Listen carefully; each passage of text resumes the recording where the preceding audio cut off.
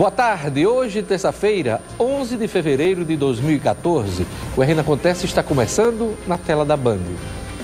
Polícia do Rio de Janeiro faz buscas para prender o assassino do cinegrafista da Band. Oficial acusado de matar lutador de MMA nega a autoria do crime. Chuva e acidentes provocam transtornos no trânsito de Natal. Vilma diz que PT foi quem procurou ela e não o contrário. O professor Robério Paulino, do PSOL, Partido do Socialismo e Liberdade, é o entrevistado desta terça-feira. Agora no RN Acontece.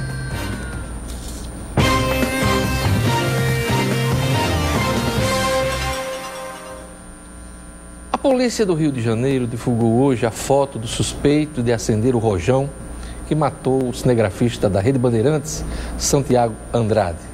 O mandado de prisão por homicídio doloso qualificado por uso de explosivo contra Caio Silva de Souza, 23 anos, foi expedido na noite de ontem pela Justiça. Os policiais realizam buscas na tentativa de cumprir o mandado de prisão temporária expedido pela Justiça Carioca. Na última quinta-feira, Santiago Andrade foi atingido por um rojão na cabeça durante protesto contra o aumento das passagens de ônibus na Central do Brasil, no Rio de Janeiro. O cinegrafista teve morte cerebral confirmada na manhã de ontem. Em seguida, a família dele autorizou a doação dos órgãos. O suspeito foi reconhecido por meio de foto e vídeo por Fábio Raposo, preso anteontem e também indiciado como autor do crime. O repórter cinematográfico premiado, apaixonado por música e pelo Flamengo. Santiago Andrade era casado, tinha uma filha e 3 enteados. Além de um profissional brilhante, Santi, como era carinhosamente chamado pelos colegas, sempre foi muito dedicado à família e generoso com os colegas de trabalho. Das tragédias aos momentos mais descontraídos.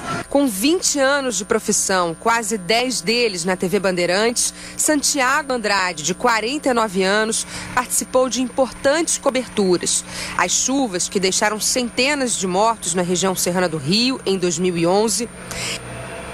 A chacina de 12 crianças na Zona Oeste também em 2011. Trabalhou em conferências internacionais como a Rio+20 e eventos esportivos como o Pan-Americano de 2007. Foram tantas coberturas que fica impossível fazer a conta. Meu parceiro. O Santiago só me chamava de parceiro e a gente tinha uma troca. Era o meu parceiro de viagens, parceiro de jornadas. Com a câmera no ombro, Santiago gravou passo a passo as dificuldades enfrentadas por passageiros do transporte público do Rio. Enfrentou trens e ônibus lotados para mostrar as mazelas da hora do rush na cidade. Junto com o repórter Alexandre Tortoriello, ganhou 2 vezes, em 2010 e 2012, o prêmio Mobilidade Urbana. No ano passado, Santiago participou do curso de jornalistas em áreas de conflito, onde recebeu treinamento para enfrentar situações como a da última quinta-feira. Manifestantes de um lado, policiais de outro. Era para cá que Santiago mandava suas gravações. Detalhista, ele estava sempre preocupado com a qualidade da imagem e com o melhor ângulo.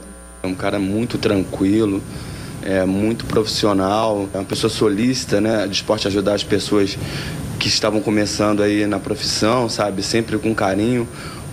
Com atenção. Dentro da TV Bandeirantes, Santi, como era conhecido, era paciente e carinhoso com os colegas de trabalho. Sempre chegava, orientava, passava do horário, nunca reclamou, ficava lá falando, brincando com todo mundo. Era assim também em casa, com a família e no bairro com os amigos. Pai cuidadoso e marido dedicado, nasceu no dia 5 de setembro de 64, no Rio de Janeiro.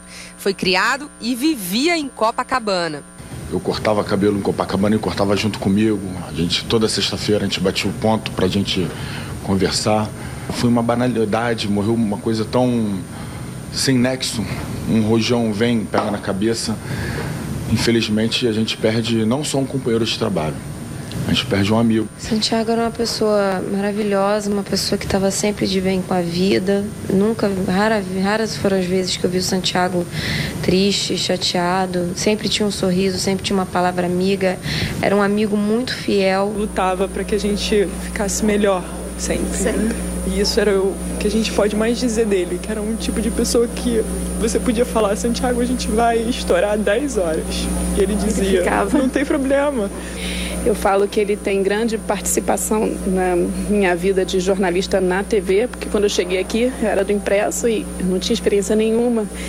Foi o cara que fez a minha primeira matéria comigo na rua, foi o cara que estava do meu lado me apoiando na minha primeira entrada ao vivo. Minha primeira viagem internacional a trabalho foi com ele. Aqui a gente dividia tudo, até o armário que era dividido. Hoje eu cheguei da rua, onde eu sempre olhava ali, meu horário de chegada era o dele de saída. Toda vez que eu chegava, eu encontrava ele ali na garagem. Hoje aquela garagem estava vazia. Além do jornalismo, o cinegrafista tinha outras duas grandes paixões. Uma, o Flamengo. Rubro-negro de coração, não resistiu à foto com um ídolo Zico. A outra era a música. Contava com orgulho da época que era DJ. Gênero preferido, o samba. Ritmo que o fazia perder a vergonha de estar em frente às câmeras e presentear os argentinos em coberturas do Carnaval de São Luís, no país vizinho, com bom humor e muita alegria. A violência desvirtua manifestações pelo país. A violência de grupos de ativistas desvirtuou inúmeras manifestações que aconteceram Brasil afora desde o ano passado. Mascarados com uma tática conhecida como Black Bloc, participaram das passeatas e deixaram um rastro de destruição. A reportagem é de Natasha Franco.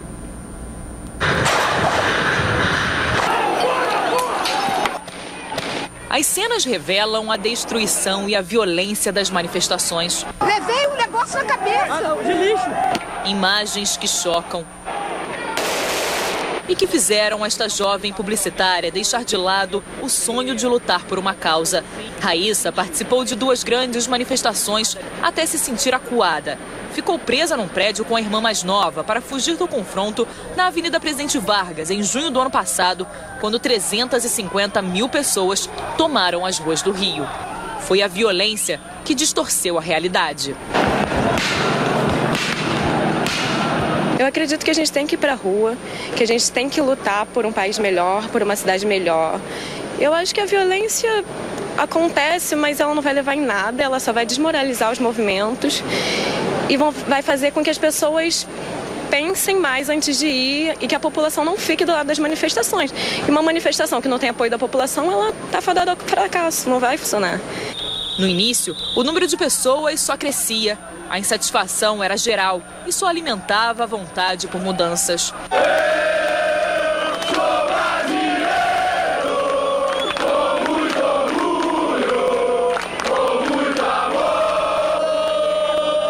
Mas o crescimento da violência parecia acompanhar os protestos.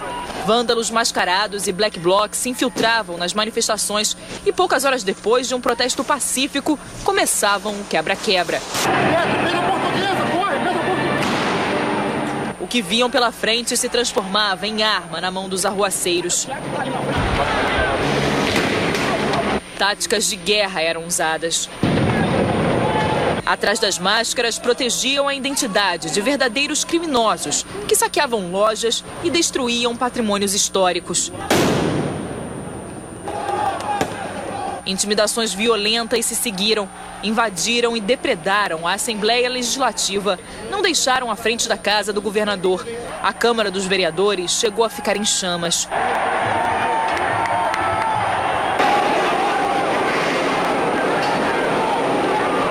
A população ficou acuada. Pânico.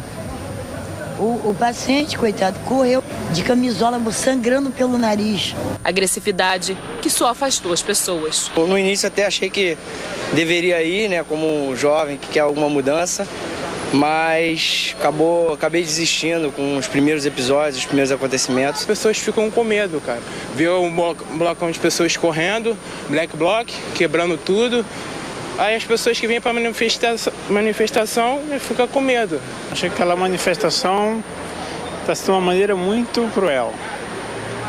Eu acho que antigamente as coisas eram diferentes, não era que nem hoje, não. Não precisava de violência e a gente sabia o que a gente queria. Hoje não, hoje é aquela coisa que você não sabe, no final de tudo, o que é. E isso ultrapassa o direito de lutar por algo que a gente precisa correr atrás. Eu acho isso. Aí passa do limite e o limite de um termina quando começa o de outro. Esta mãe chegou a proibir o filho mais velho de participar dos atos. Eu achei legal, mas ao mesmo tempo fiquei muito preocupada, porque é muito perigoso. Você não sabe o que vai acontecer, não da sua parte, mas da parte de quem está de fora, né? E hoje em dia eu já não deixo mais ele ir, não vai, porque você não sabe o que vai acontecer, porque não é mais só a manifestação, agora já tem a violência que acompanha. O aumento da violência nas manifestações não preocupa apenas a população ou autoridades. Especialistas apontam que os atos podem ficar cada vez mais violentos, principalmente por causa da falta de diálogo entre os envolvidos. A cegueira os torna impermeáveis a qualquer argumento, a qualquer crítica, né? E eles insistem em manter essa tática baseada na violência. Alba chegou a ser ameaçada por Black Blocs depois de escrever um artigo criticando a violência durante os protestos. Apesar das ofensas e ataques diários, decidiu não se calar. Ela, que participou da luta contra a ditadura, hoje não vê sentido em tanta violência. A guerra, do modo geral, ela traz muito sofrimento e não resolve nada. Depois da destruição, o que você vai fazer? Destrui o Estado. E aí, o que você vai botar no lugar do Estado? A morte do cinegrafista Santiago Andrade, da Band, provocou uma onda de indignação em todo o país. Não é para menos. A morte de Santiago poderia ter ocorrido em qualquer lugar do Brasil. O sentimento de indignação pela morte de Santiago Andrade não pode ser esquecido, não deve ser em vão. Por acaso, morreu o cinegrafista. Poderia ter morrido um manifestante, poderia ter sido um policial, uma mãe ou uma criança, como tantas que morrem por bala perdida neste país, como a menina que foi incendiada lá no Maranhão dentro de um ônibus.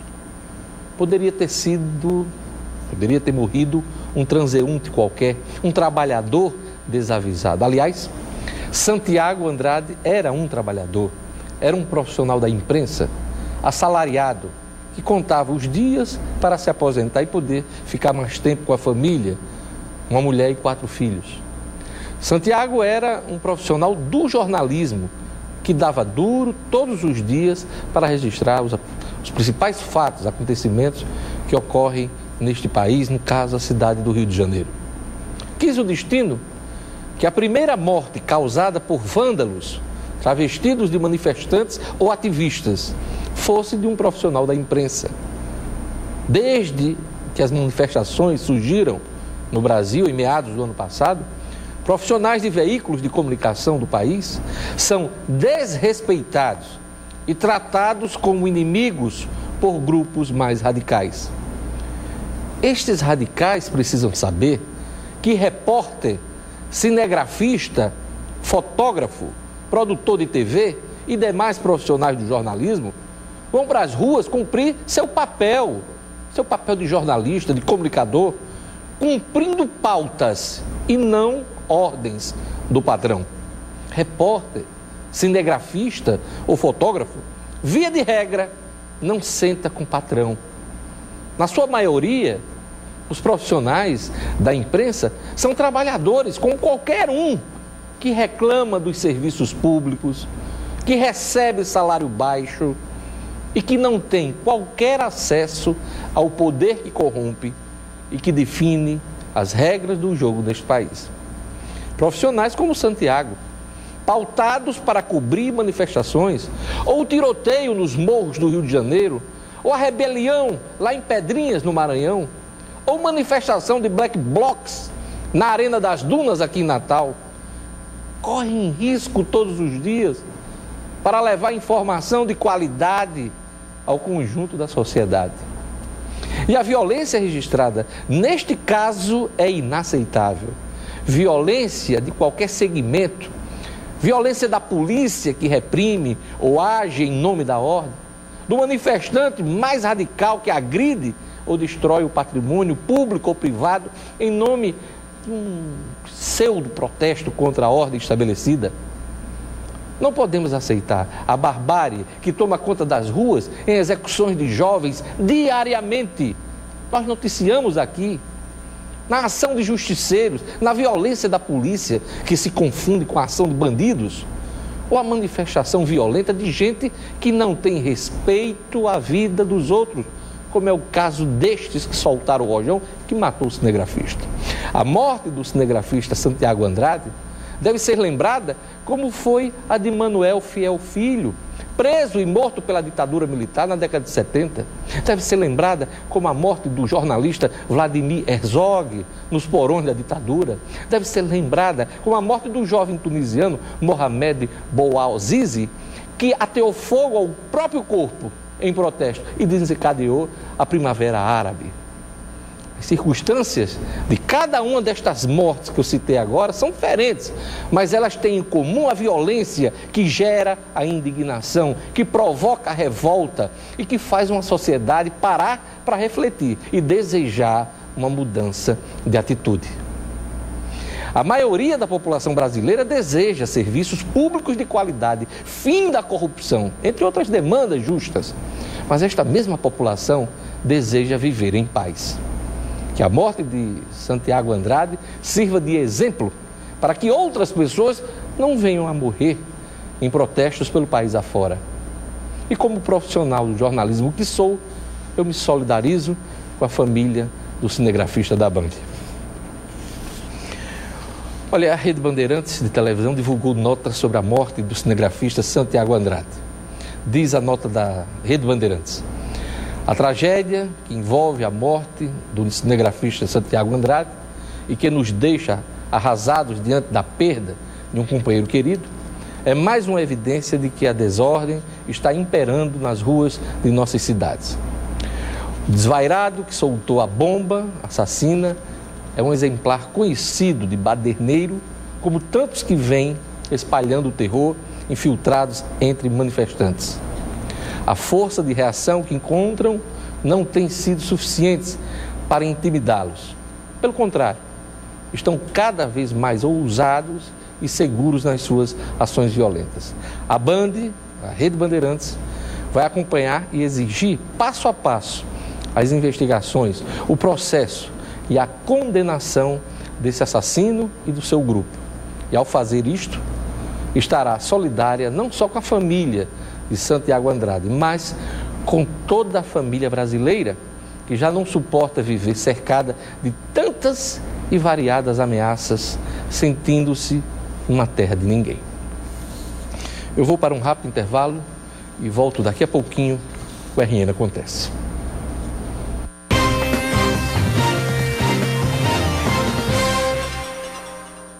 Natal viveu um caos hoje de manhã por conta de uma chuva rápida mais intensa. Acidentes e obras de mobilidade pioraram os engarrafamentos. A repórter Camila Savana registrou alguns transtornos. Carros em pouca velocidade, trechos alagados. Natal não precisa mais de muitas horas de chuva para ter transtornos. Neste trecho, sentido Mirassol-UFRN, os carros passam com cuidado. Também neste local, um morador que não quis se identificar diz que esse problema já se arrasta por mais de 40 anos. A poucos metros, já dentro da Universidade Federal, esta colisão foi provocada pela atual falta de opções no trânsito que geram engarrafamentos e pela pouca chuva que caiu só nesta manhã de terça-feira. O pedreiro Everaldo Teotônio da Silva, de 31 anos, morreu vítima de um acidente de trânsito na manhã desta terça-feira, na Avenida Senador Salgado Filho, próximo à Arena das Dunas. Ele vinha da cidade de Monte Alegre para a construtora onde trabalhava. De acordo com as informações repassadas pelo diretor de fiscalização da CEMOB, o coronel Saraiva, o motociclista perdeu o controle do veículo, atingiu um carro, caiu na pista e foi atropelado por uma carreta carregada de trigo. O motorista da carreta, Marcos Luiz, informou que o condutor da moto teria tentado fazer uma ultrapassagem indevida e por isso acabou batendo em um carro e caindo. O tenente da Polícia Militar acusado de matar o lutador de MMA e professor de musculação Luiz de França Trindade, de 25 anos, se apresentou à polícia na tarde de ontem. O oficial da Polícia Militar, Iranildo Félix, negou qualquer envolvimento com o crime. O professor Luiz de França foi morto a tiros durante a manhã de ontem, quando estava em uma academia na cidade satélite, no bairro de Cidade Satélite. O criminoso chegou ao local em uma motocicleta, desceu e atirou várias vezes usando uma pistola calibre .40. O acusado disse ao delegado que estava em outro local no momento do assassinato. A informação está sendo checada pela polícia. O delegado Silvio Fernando informou que já tem parte das imagens de câmeras de segurança e está esperando por outras na área onde ocorreu o homicídio. De acordo com o delegado, testemunhas relataram que a pessoa que matou Luiz de França teria retirado o capacete, podendo ser identificado por meio das imagens. A CBTU investe em campanhas e novos trens para educar e facilitar a vida da população e dos condutores. Na última semana, uma ferramenta da publicidade bastante eficaz está sendo utilizada para promover uma campanha de prevenção de acidentes. A CBTU utiliza o Busdoor em ônibus que circulam na região metropolitana de Natal e vê nisso uma forma direta de levar mensagem aos condutores. Os condutores hoje, eles andam dirigindo seus veículos com um iPod, um pontozinho de ouvido, escutando música. As pessoas também andam dessa forma. E isso tem provocado diversos acidentes. Somado-se a isso, ao estresse do trânsito, todo mundo hoje tem pressa de chegar em casa e as pessoas com essa pressa muitas vezes ficam desapercebidos que o trem vai passar ali. Ainda no início deste ano, a CBTU já realizou ações preventivas contra acidentes. 5 passagens clandestinas foram removidas nos bairros de Cidade Praia, Igapó e Soledade. Além desta campanha, a companhia faz em parceria com o UFRN a divulgação de spots educativos que saem na Rádio Universitária de Natal. Novas ações vão ser executadas pela companhia com a chegada do veículo leve sobre trilhos, o VLT, que está previsto para maio para processo de testes. Inicialmente a linha norte, que a gente vai começar os trabalhos pela linha norte e posteriormente a linha sul, que poderá ser também em paralelo. Aí vai depender da liberação de recursos do governo federal para a gente atacar os serviços em paralelo ou então em partes. A vice-prefeita Vilma de Faria, vice-prefeita de Natal, não gostou da declaração do presidente estadual do PT, Heraldo Paiva, de que ela procurou o partido para conversar sobre as eleições de 2014. Segundo Heraldo, em entrevista a mim, ontem aqui no RN Acontece, Vilma procurou o PT por meio de um vereador de São Gonçalo do Amarante. Vilma disse que foi o contrário. O PT, por meio deste mesmo vereador de São Gonçalo do Amarante, colega de Heraldo na Câmara Municipal, marcou a conversa com a líder do PSB. Vilma disse que não há problema de conversar com o PT ou qualquer partido sobre o pleito deste ano, mas ela não gostou da versão de que Heraldo Paiva procurou o PT para conversar. Aliás, que Heraldo Paiva disse que ela tinha procurado o PT para conversar sobre candidatura ao governo e sobre a possibilidade de uma aliança com o PT, entregando a vaga do Senado para Fátima Bezerra. Vilma e os líderes do PMDB marcaram um encontro em março para definir a aliança entre PSB e PMDB. Vilma seria candidata ao Senado na chapa do PMDB. Esta decisão só deverá sair em março. Olha, eu não sei por que esse mal-estar de Dona Vilma com o PT. Está todo mundo conversando. O PT conversa com Robson Faria num dia e conversa com Vilma no outro.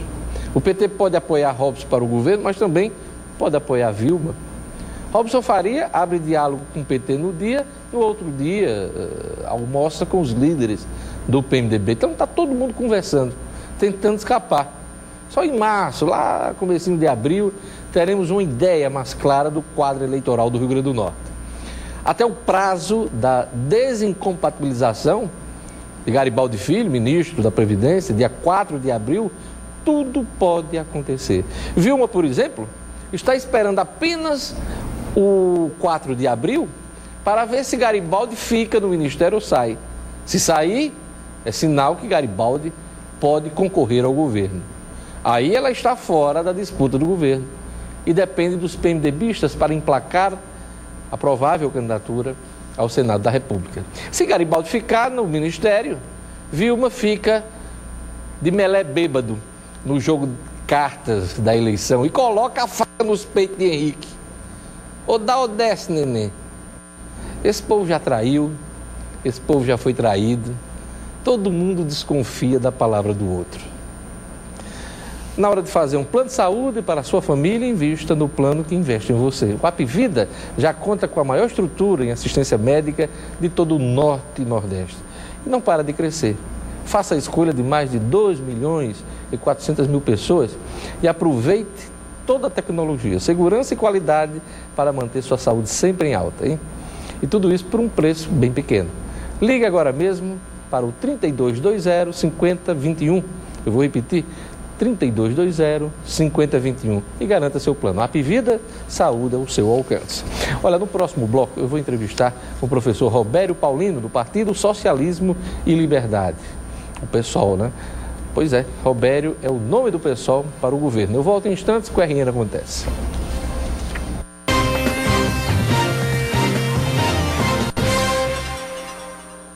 O PSOL, Partido Socialismo e Liberdade, está discutindo e deve apresentar candidatura ao governo do Estado. Um dos nomes, e provavelmente será o escolhido, é o professor Robério Paulino, que já disputou a última eleição em Natal. Robério é o meu convidado hoje. Boa tarde, professor.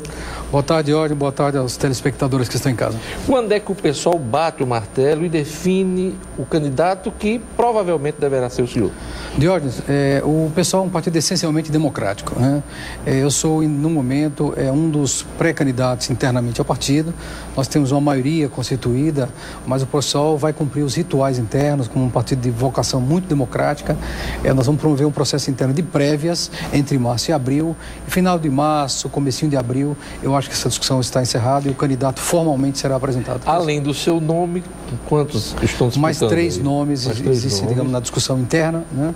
É uma discussão no Congresso Estadual, nós temos uma maioria que poderíamos ter indicado o nosso nome, há uma maioria propondo que eu seja o candidato, mas nós vamos esperar o processo, né? Democraticamente proceder um processo de discussão interna, de construção do programa também a ser apresentado à população do Estado, né? E até o comecinho de abril essa decisão vai estar tomada. O senhor foi candidato a prefeito de Natal na última eleição, fez o debate. O que é que lhe motiva a disputar o governo do Estado neste ano? Diógenes, nós achamos que o Rio Grande do Norte vive um caos, um colapso completo, um colapso de gestão, um colapso na educação. Estamos vendo aí os professores da rede estadual em greve novamente, um colapso na saúde. Basta entrar no Valfredo Gugel ou ir a um posto de saúde, a um hospital regional. Basta ver a situação da UERN, um caos, um calor imenso e não há ar-condicionado nas salas. É uma coisa bárbara, uma crise hídrica muito forte, Pau dos Ferros aí numa situação de não ter água para beber. Colapso, né? Vários municípios com colapso d'água. Exatamente, colapso d'água, não tem água para beber. Isso não pode ser. Nós não temos por que estar numa situação dessa. Então eu acho que nós temos que ter uma ruptura completa. Eu acho que a causa dessa situação é a mediocridade, tá certo? A pequenez de uma elite política do Estado, na nossa opinião, tacanha, bem pequena, sem visão de longo prazo, sem vontade de mudar e transformar o Estado num projeto de desenvolvimento econômico e social ousado, que reduza a desigualdade social, que enfrente a questão do semiárido. Aqui chove muito mais, por exemplo, do que na Austrália. No sábado, uma rede de televisão mostrou o deserto de Israel se produzindo pimentões, tomates para exportar para a Europa. Aqui se chove muito mais. Eu tenho estudado muito essa questão do semiárido, tenho acompanhado experiências na Austrália, em Israel. Muita coisa poderia ser feita aqui. O índice de precipitação pluviométrica aqui é muito grande, então nós podemos armazenar essa água e não fazer como se faz. Mas vivemos uma seca histórica, né? Há cerca de 2 anos. Exatamente. E o quadro é muito grave neste momento, inclusive expondo a incapacidade né, acho que quase toda a região Nordeste, de conviver com a seca. Eu diria, Diógenes, mais do que incapacidade, é incompetência. Porque como é que na Austrália, 30% da população da Austrália vive no deserto e 80% do território da Austrália é deserto. O índice de precipitação de chuva lá é metade que aqui. E eles vivem bem. A Austrália hoje tem o segundo IDH, Índice de Desenvolvimento Humano, do mundo. O que pode ocorrer se tem a chuva é muito menor? Há meios, a forma de armazenar. Tem que se armazenar a água da chuva limpa, como ela vem limpa, com grandes placas coletoras e cisternas, e não armazenar em barreiros, em açudes, tem que contamina a água e adoece as pessoas, adoece o gado. Essa água pode ser, há muita água aqui em lençóis freáticos aí embaixo que poderiam ser perfurados. Nós temos formas mil de resolver isso, de treinar, de replantar, de plantar milhões de árvores para recuperar a fertilidade do nosso solo, manter a umidade. Tudo isso é possível fazer, mas isso precisa decisão política, precisa vontade política. Mas, centralmente, eu acho que, além dessa questão de semiárido, nós temos que voltar, né, a nossa atenção para a questão social. Não tem condição, do Estado continuar com 18,5% de analfabetos, né, segundo o censo do IBGE.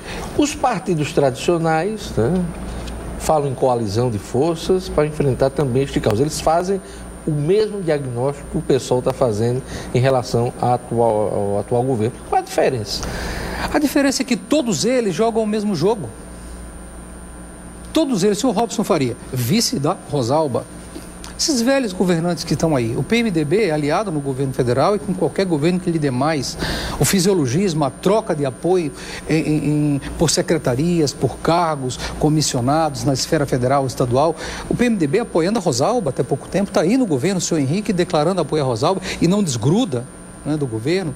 Qual é a diferença entre eles todos? Nenhuma. É o que nós chamamos da velha política, a velha forma de fazer política, baseada no nepotismo, no fisiologismo, né, que é o emprego dos parentes ou dos aliados, na forma, digamos, de usar a máquina pública para benefício próprio do partido ou de seus parentes, de seus conhecidos. Isso nós queremos acabar, promover uma ruptura completa com o que nós chamamos dessa velha política, inaugurar uma nova forma de fazer política no Estado, voltada para a população mais pobre, para a redução da desigualdade social, com prioridade à saúde, à educação, ao enfrentamento da questão hídrica no Estado. Tudo isso é possível fazer, mas para isso é preciso que tenhamos um partido diferente no governo. O pessoal fará uma carreira solo dessa eleição ou vai tentar atrair parceiros, vai estar junto? Eu acho que na última eleição, na eleição do Natal, você estava com o PSTU, né? Exatamente. A ideia é esta também, repetir a eleição do Natal? Nós tivemos a eleição passada junto com o PSTU e nós esperamos ampliar, inclusive, esta aliança, essa frente bem ampla de esquerda, que é a esquerda socialista, que está junto às manifestações sociais, se apresente unida. Estamos conversando com os companheiros do PSTU, do PCB, do Partido Comunista Brasileiro, e é muito provável que a esquerda se apresente com uma grande frente de esquerda aí para as eleições. Além do PSTU, você tenta agregar outros para o PCB. O PCB, por exemplo. Né? Eu queria uma palavra do professor Roberto sobre as manifestações de rua que tem descambado, professor, para a violência, e tivemos aí a morte do cinegrafista lá no Rio de Janeiro, o cinegrafista da Band, por uma infelicidade, mas por uma ação criminosa de manifestantes. Olha, Diógenes, eu queria conversar também com os que estão em casa, que a gente lamenta muito o que aconteceu. Eu acho, como você falou, uma fatalidade, e prestar aqui nossos pêsames, as nossas condolências com todos os seus familiares do Santiago, também com todos os profissionais da Band, uma fatalidade que a gente esperava não tivesse acontecido. Em segundo lugar, dizer que nós não concordamos com a tática esses grupos de jovens que não respeitam a maioria das manifestações dos manifestantes e adotam táticas completamente paralelas, separadas, da forma como eles querem. Nós temos discutido muito duro. Não há controle, mas infelizmente não se controlam, porque as manifestações são abertas, são democráticas, você não pode controlar. Mas não se pode, digamos, identificar a ação desses grupos menores com a ação de todas as manifestações, porque não podemos ser responsabilizados por uma coisa que nós não temos controle. Você não consegue impedir numa rua que entra. Nós não concordamos com esse tipo, não adianta nada depredar patrimônio público, etc. Agora eu quero lembrar, Diógenes, é o seguinte, que quem tem começado, tá certo? As verdadeiras praças de guerra nas cidades brasileiras não são eles. É a polícia com sua repressão feroz. Eu lembro a você que com as jornalistas profissional como vocês, foi quase cega nas manifestações de junho do ano passado. Há 2 meses, um manifestante levou 2 tiros de policiais depois de já estar no chão, e podia ter sido esse jovem que tivesse morrido, ou aquela jornalista da Folha de São Paulo, no caso, que podia estar morta hoje. Tem pela repressão policial desmesurada, completamente descontrolada, tem que estar instalando praças de guerra na cidade. É evidente que quando a violência se instala, tem o outro lado, termina a reagir, por mais que eu seja contra, nós sejamos contra qualquer violência que fira um jornalista, um repórter, um manifestante ou mesmo um policial, não é esse o nosso método, mas nós queremos lembrar aqui que não se pode tentar fazer o que é a lei, tentar criminalizar os movimentos sociais, né? É isso aí. Rapidinho, o pessoal decide quando, tem data? Até abril nós vamos ter essa definição, nós esperamos que há uma maioria aí em torno do nosso nome, mas vamos cumprir o ritual democrático, como o partido tem obrigação. Obrigado. E até abril nós teremos a definição. Muito obrigado. Obrigado, Roberto Paulino, do pessoal. O RN Acontece vai ficando por aqui. Assista a reprise do programa logo mais no portal No Minuto. Gostaria de mandar um abraço hoje para Albino, Stephanie e Larissa, da Comissão de Formatura da minha turma de Direito da UNP. Hoje é o dia da colação de grau no Centro de Convenções. Eu estou muito feliz por ter concluído mais uma etapa da minha vida. Conhecimento sempre é bom. Obrigado pela audiência. Eu volto amanhã aqui na Band.